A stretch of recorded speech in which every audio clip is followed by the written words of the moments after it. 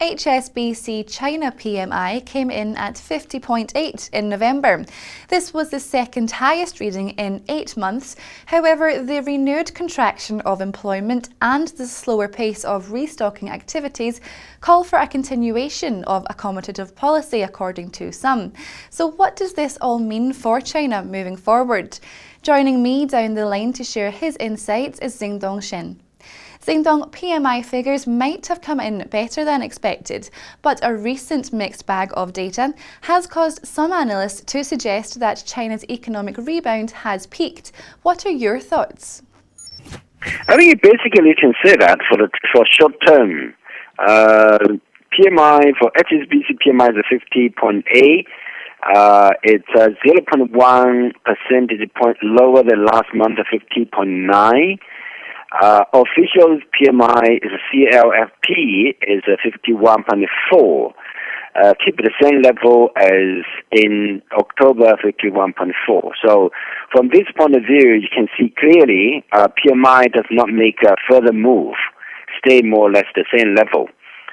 Official PMI representing more large, medium-sized companies, but HSBC PMI are dominated by a small and medium-sized economy. So reflecting the current IP, I think it's probably already peaked at this level. For the year, the consensus seems to be a growth estimate of 7.6%. Now, this may be impressive in world standards, but still the worst for China in 14 years. However, some analysts believe the benign economic outlook in the near term provides favourable conditions for structural reforms. Do you agree? Well, I think we have to face reality. Okay, we must not think about anymore about the double-digit growth. So the growth is coming down, and then China is entered into the second stage of the growth. We had to prepare something like 7 to 8%. I think we have psychologically adjusted to this level. This is we need to form a realistic expectation. I believe that China is seeking for 7 to 8% growth. But if anything, the growth fall below 7, which is see as abnormal. Anything above 8% growth, I think the growth is probably already higher than the potential. We should expect more inflation to come. So 7 to 8%, it will be appropriate growth rate for us to target to see. With deals from London to Singapore, China seems to be seeking a greater role for its yuan currency in global markets to challenge the hegemony of the dollar. Do you believe the people's currency, as it's known, could be transformed to a reserve currency while maintaining the value of the renminbi? If so, what sort of time frame are we looking at here? I think one thing is quite clear.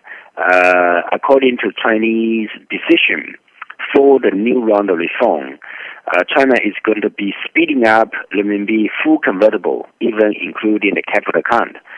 But it's a speeding up does not mean going to change tomorrow. Okay, I think that will be the next 5 years at least, the target for China to fulfill.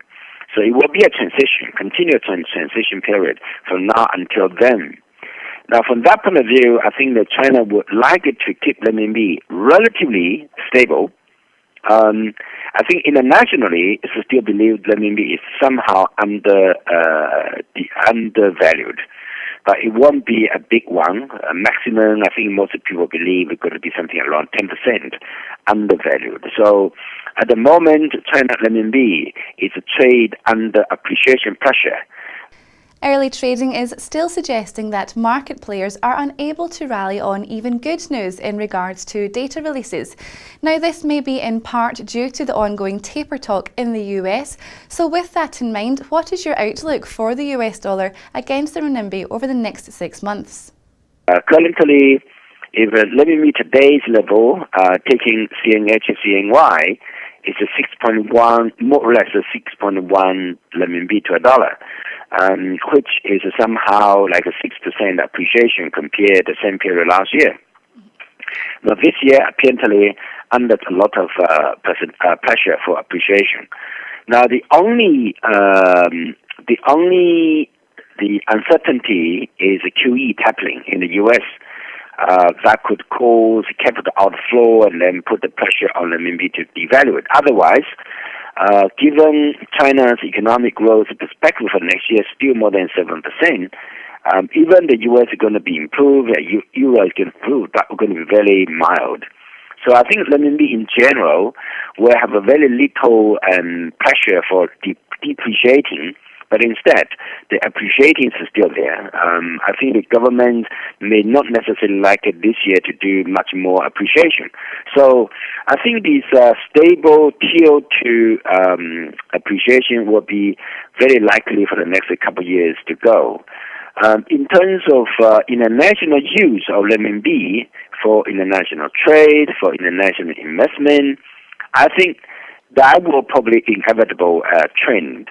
China, I think by the year 2015 or by the year 2030, or 2020, in the next 7 years, renminbi might make up 30 to 35% of total China's external account, with something like 2.5 trillion in international trade, both export-import. 30-35% can be used in renminbi to settle down. And that will be quite interesting. Xingdong, thank you so much for your time and perspective today. Well, viewers, that's all we've got time for at the moment, but as usual on a Monday, the TV team has Press Review, Targets in Focus and Week Ahead programme to bring you, so please do keep clicking back. Goodbye.